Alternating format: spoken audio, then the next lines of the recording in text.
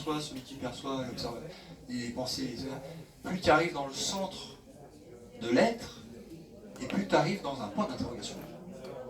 Parce que l'œil ne peut pas se voir. Ce que tu peux décrire, c'est des choses que tu vois. Mais quand tu descends vraiment dans le centre de l'être, c'est pour ça qu'à la fin, quand tu demandes à un être réveillé qui êtes-vous, la réponse c'est je suis.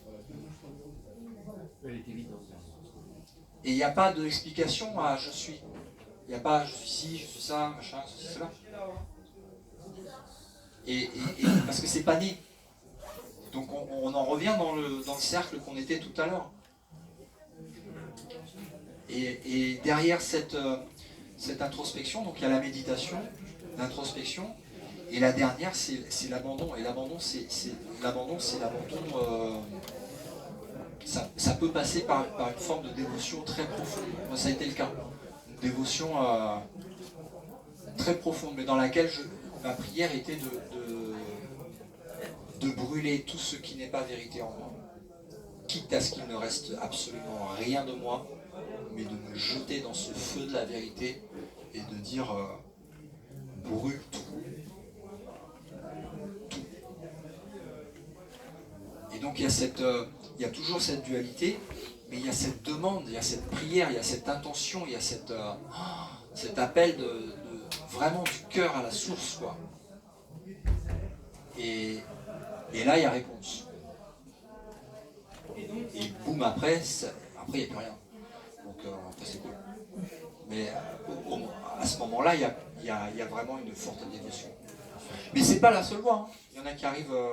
Donc là, concrètement, tu as fini ton chemin, on va dire. Non. Il n'y a pas de chemin. Non, mais enfin, il faut bien mettre des mots sur les choses. Mais... On met des mots, ouais. C'est compris. C'est un bouquin qui se referme, et puis un autre qui se rouvre avec une page blanche, dans laquelle il y a tout qui est en train de s'apparaître, sans savoir ce qu'il va y avoir. C'est un pur instant présent dans lequel les choses se font, et puis il y a une histoire. Et par rapport à tes propos tout à l'heure, en gros, tu as la source, donc voilà.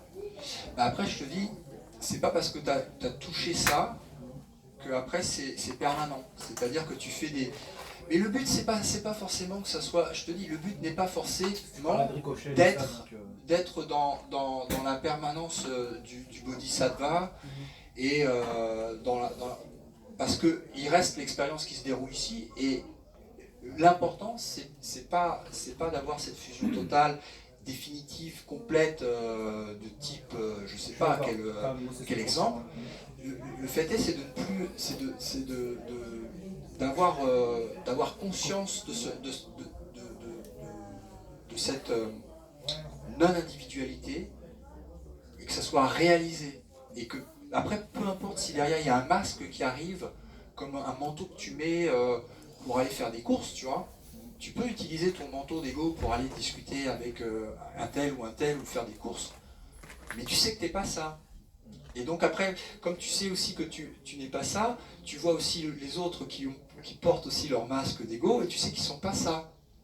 Donc peu importe ce qu'ils peuvent te dire, te juger, il n'y a pas ce... Ouais. Si tu veux, ça passe à travers, Après tu restes complètement zen. C'est complètement zen. Ouais. Pas d'émotion. Parce que allez, ce que ça attire, en fait, la réaction première qui est attirée par une attaque, c'est un amour amusé, mais pas moqueur, compatissant. Aimant, compatissant, amusé. Et c'est pas... il n'y a pas de méchanceté. Tu vois le masque, mais derrière, peu importe le masque que tu mets, tu vois derrière, à l'intérieur, ok, tu sais. Tu sais.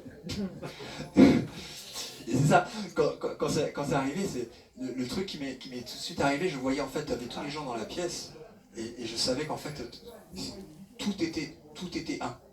C'est-à-dire que peu importe les différents masques, si je me suis rendu compte que tout le monde était la même conscience, en fait. Avec différents masques, différentes histoires, différentes ceci, différentes cela, mais derrière, c'était clair comme de l'eau de roche, c'était un. Il n'y a pas de... C'est... ouais. Excuse-moi, ce sera peut-être personnel, mais ayant compris, senti, quel sens tu donnes, toi, aujourd'hui, à être là en face de nous? Alors j'ai une grande joie à partager. J'ai une grande joie à partager. C'est une grande joie à partager parce qu'en fait, c'est comme un petit enfant qui découvre en fait, qui partage après, tu vois. C'est ouais, t'as l'envie de partager. Mais tu sens l'avènement d'un événement prochain que ce soit Sur le plan collectif, ouais. collectif. Sur le plan collectif, ouais. Mais ça passe par des plein de réalisations intérieures. Aujourd'hui, j'ai jamais. Moi, je fais des recherches depuis 2009. Et aujourd'hui, je vois, il y a tellement de gens qui sont réveillés. Mais vraiment. Ouais, bon, on le voit depuis ces dernières années. Ouais. Quand on s'intéresse vraiment, quand on creuse, on s'en passe même dans l'entourage. Ouais. Je vois, enfin. Et aussi, quand tu te réveilles, tu t'aperçois qu'il y avait déjà tellement de gens réveillés avant. Parce que les bouquins qu'en fait tu trouvais complètement.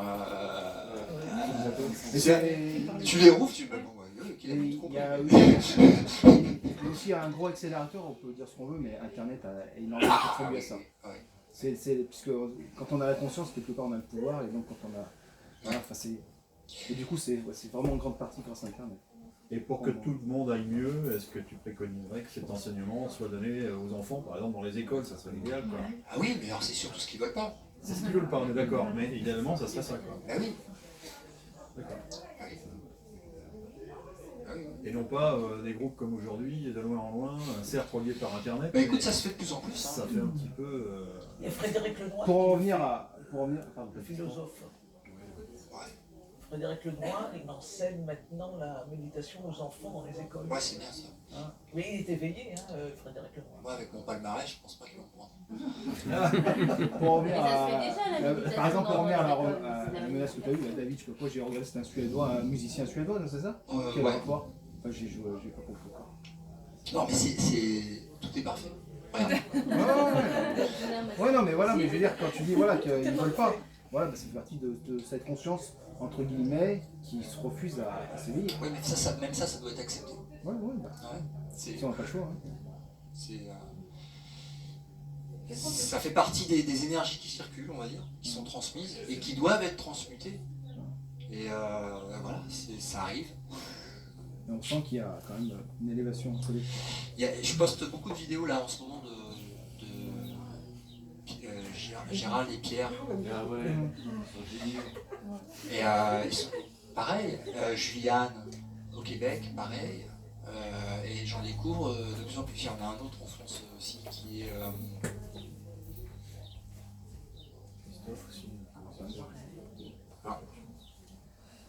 Bon, enfin, il y en a plein.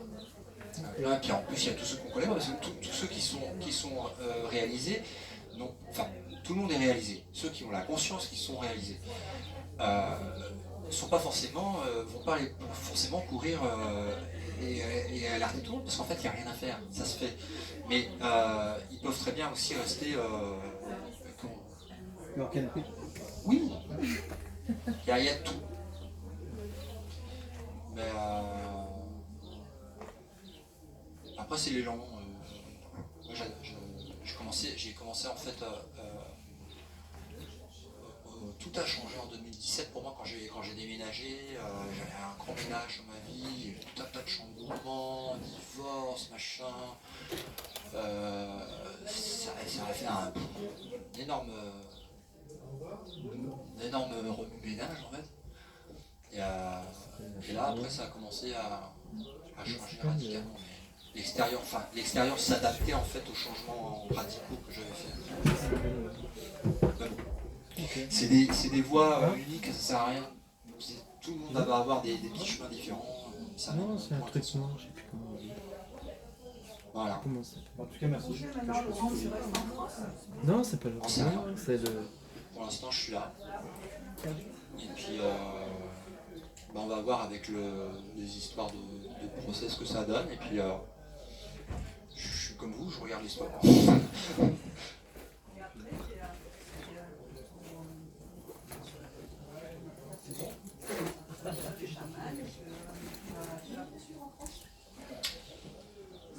En France, c'est délicat.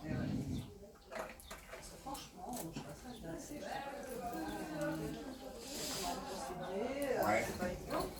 Mais je sens que même en France, tu vois, j'ai commencé à poser la question un petit peu à droite à gauche.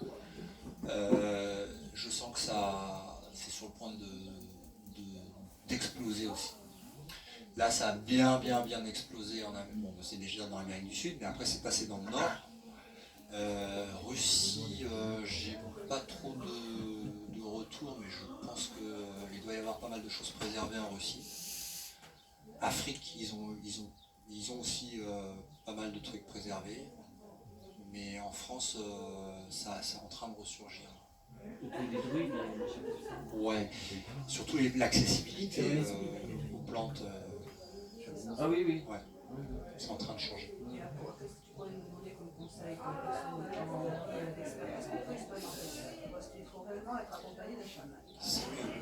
C'est mieux. Mais après, il n'y a pas. En sécurité aussi. Hein, parce que... Ah oui, il n'y a pas vraiment de.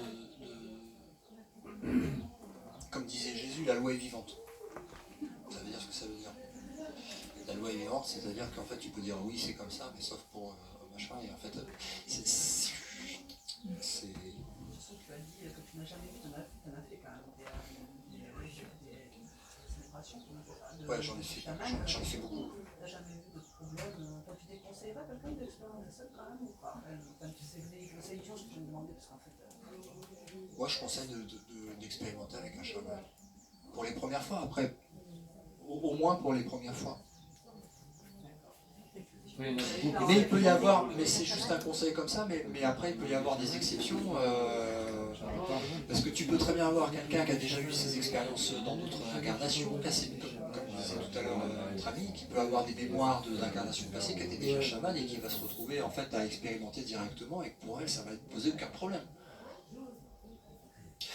Dans l'absolu, tout est parfait. Si on est dans notre région, dans le 64, c'est compliqué, je crois. Ah. Bah écoute, on va en parler. Je te dirai ce que je connais, ce que j'ai. Merci Laurent. Bon retour. Merci à tout le monde.